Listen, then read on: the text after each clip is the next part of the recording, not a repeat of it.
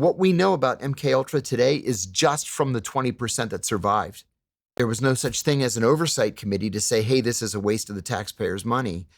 And I'll tell you what really was the motivator for the CIA is the Chinese were successful in planting disinformation in the CIA that the Russians were developing the same technology. So we were like, oh my God, we recruited this Chinese intelligence guy and he said that KGB is already doing it. We have to catch up to... The KGB wasn't doing anything. They had never heard of this stuff.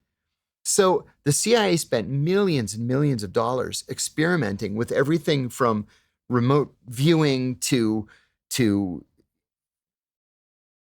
UFOs and all this crap just lumped into one thing. And nothing ever came of it. I mean, this is how MKUltra was created. Where, okay, let's start with LSD. There's this new thing called LSD that this Swiss scientist accidentally invented.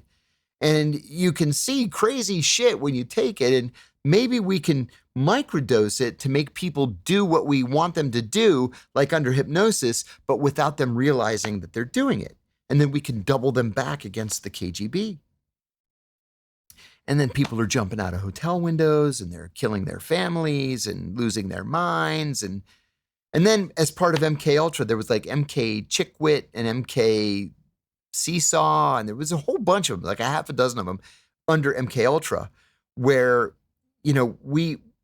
we created a germ in a lab and we just blew it into the atmosphere in San Francisco just to see if anybody would get sick.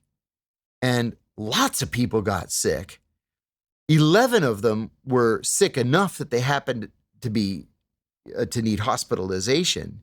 And it turned out that they all suffered from the same rare respiratory infection. And the doctors are like, where the heck did this come from? Well, the CIA had it in a big tube and they were shooting it into the fog. And they did it in San Francisco because the fog is heavy and they knew that the fog would keep the germ close to the ground where people are breathing it in. And then the CIA said, you know what we should do?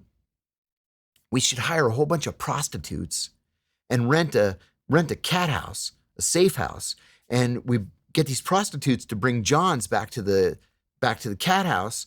And then we dose them with LSD and see if we can control their minds. These are American citizens.